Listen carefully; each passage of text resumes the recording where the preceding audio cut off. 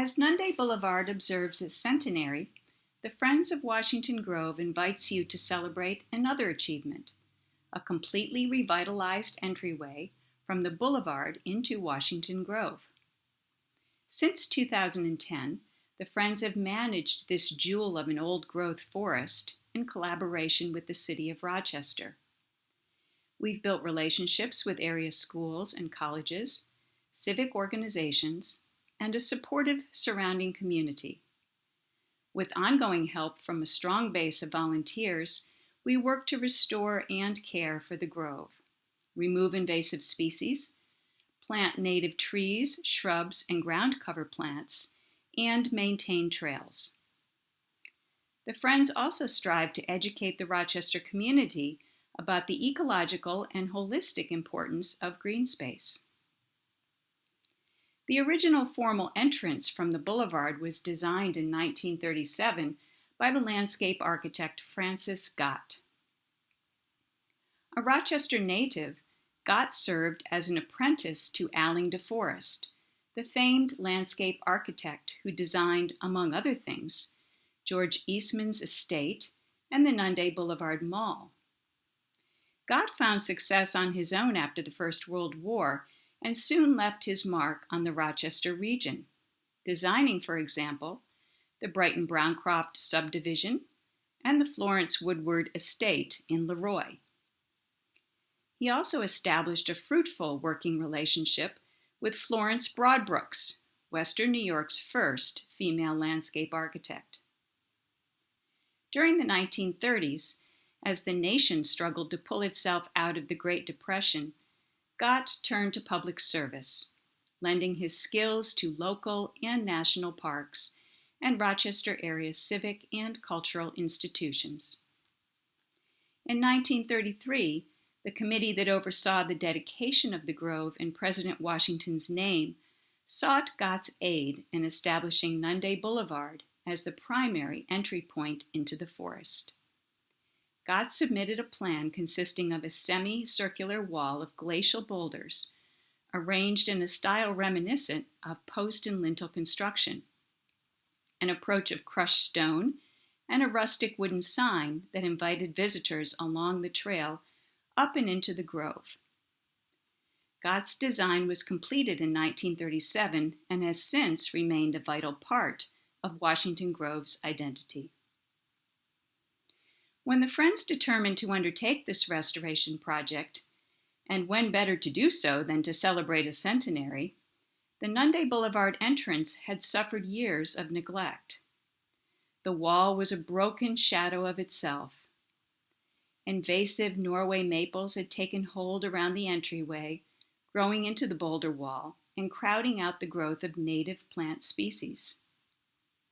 Timber steps that had been installed some 50 years ago to limit erosion along the trail and into the grove had become slippery and unsafe due to weathering. Contractor and utility crews had also caused wear and tear to the site. Our goal has been to give new life to Gott's extraordinary vision while ensuring that the Nunda Blvd entry remained functional, sustainable, and inviting for generations to come. Our updated design replicates his post and lintel vision. It extends Gott's original border wall into a broad and embracing semicircle where working groups, hikers, bird watchers, and more can gather before venturing into the grove. We have replaced the crushed stone approach and timber steps with recycled Medina sandstone pavers and blocks, both for durability and as a nod to our region's history. Originally mined at the end of the 19th century, just to the west of Rochester, Medina sandstone was prized for its durability, functionality, and aesthetic quality and has featured prominently in such architectural landmarks as the Brooklyn Bridge and the New York State Capitol. Juxtaposed against the grove, the stones used in the project, both the Medina sandstone steps and cobbles, and the entryway boulders, echo the geological history of a landscape carved out by glaciers, One of the features of the grove is the preservation, notably in the 2 kettles and occasional boulders, of this geological legacy beneath the old-growth forest. 50 feet beyond the Medina steps, we inserted a small rock triangle to limit erosion, protect exposed roots, and demarcate where 2 paths split. We replaced old 6-inch by 6-inch steps with new pressure-treated ones. The hanging wood sign is being refinished by one of our board members. Lastly, we have removed 3 Norway maples to make room for new succession growth and to further limit the spread of invasive seedlings in the grove. In their place, we are planting native sedge, witch hazel, raspberries, flowers, and more. We also recovered felled trunks to construct rain bars, trail borders, and bollards whose horizontal and vertical arrangement mirrors the growth of trees, shrubs, and ground cover plants within Washington Grove. We couldn't have achieved this without help from many sources. The Friends of Washington Grove owe a debt of gratitude to the many who have helped us undertake this immense project, above and beyond the many hardships imposed by the ongoing COVID-19 pandemic, which has prevented us from having an in-person celebration. We acknowledge all those who contributed. Organizational donors were the Rochester Area Community Foundation, Eastman Savings and Loan Charitable Foundation, Canandaigua National Bank, and the Southeast Area Coalition. We also used part of an unrestricted donation from the James E. Kohler Charitable Remainder Trust. Mr. Kohler lived near Washington Grove.